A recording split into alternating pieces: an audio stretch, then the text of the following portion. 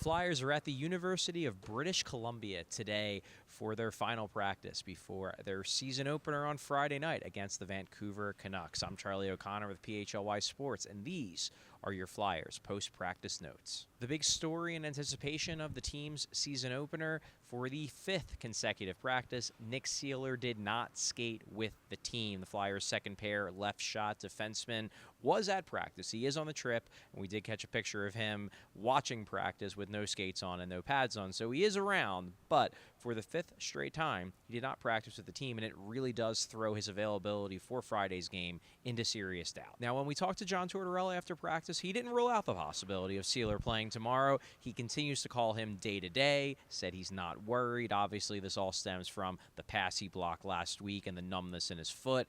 So it seems like the Flyers are still, at least publicly, acting like it's not very serious. But again, he hasn't practiced since the day after that injury. And with only 1 day left until the first game of the year, he's running out of time to be ready. So what will the Flyers do to their defensive pairs, assuming that Seeler doesn't play on Friday? Well, first pair, still the same. Still Travis Sanheim, still Cam York, with York on the left side, Sanheim on the right side. The bottom two pairs, though, mixed up a little bit. Obviously, Seeler expected to start the year on a pairing with Jamie Drysdale. Today, Yegor Zamula was up to the second pair with Drysdale, and then you had a double right-handed shooting third pair with Eric Johnson playing the left side and Rasmus Ristolainen on the right. Now, again, Seeler has not been fully ruled out, but it certainly seems like the tea leaves are pointing in the direction of Seeler at least sitting out Game 1. So what actually happened at practice today, aside from Nick Seeler not showing up? Well, I'd say three main things jumped out. Number one, they did a lot of skating, which makes sense. They weren't on the ice yesterday. It was their team bonding event at Whistler. Number two, a lot of special teams work. A lot of work on the power play, work at 4-on-4, at 3-on-3, 3-on-3 especially. And then finally, there was Matvei Michkov, who obviously will make his official NHL debut tomorrow. He was everywhere today. He scored, to my eyes, at least 5 goals, maybe even more.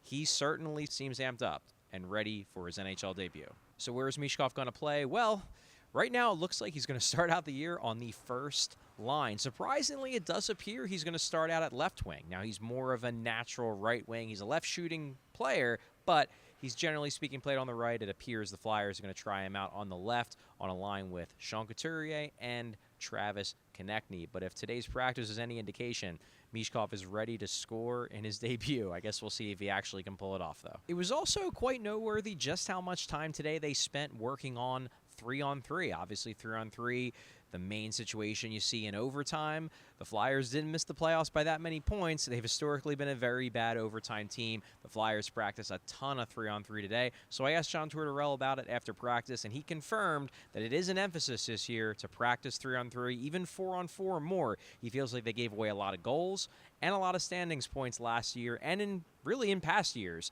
due to those situations, so they are going to do it more often on non-game days, during morning skates, just to make sure that they're not giving points away in what could be another tight playoff race. And then finally, yesterday was the Flyers' annual team bonding event. They went up to Whistler, which is a few hours north of Vancouver, a legendary ski resort town. But the Flyers weren't doing much skiing, obviously. Instead, apparently, they did a lot of golf. We talked to Sean Couturier, and we talked to Scott Lawton about that particular team bonding activity. According to Couturier, they played the famous Nicholas North golf course. According to Scott Lawton, it was Scott Lawton and Joel Farabee who took the win. So that duo comes away from the team bonding event as victors, at least according to one Scott Lawton. I've been Charlie O'Connor with PHLY Sports. Thanks for watching. Thanks for listening.